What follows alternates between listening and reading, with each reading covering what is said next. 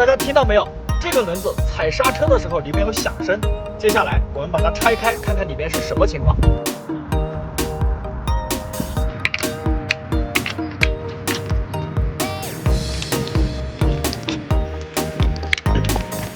哇，你来看，这个刹车盘上面有一道印子，一圈都有。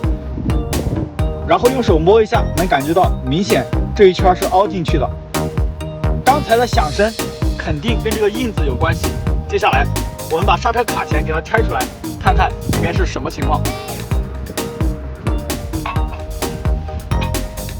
好，问题的原因找到了。来，你看，这个刹车片上边有特别多的这种硬点，看到没有？这些硬点跟刹车盘进行摩擦，就会产生刚才那种响声。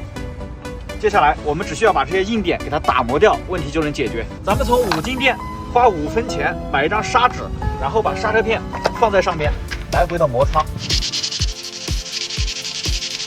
好，你看，刚才这些硬点已经全部打磨掉了。接下来我们把另一片刹车片也给它打磨一下。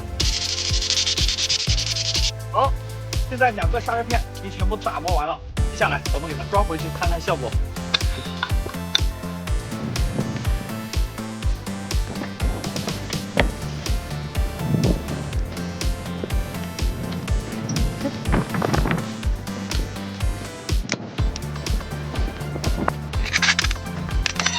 OK， 轮胎现在全部已经装好了。接下来我们上车启动，踩一脚刹车，看看还响不响？走，踩，走，踩，好。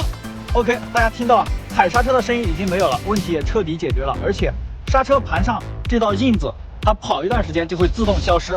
怎么样，学会了吗？关注我，每天学点汽车知识。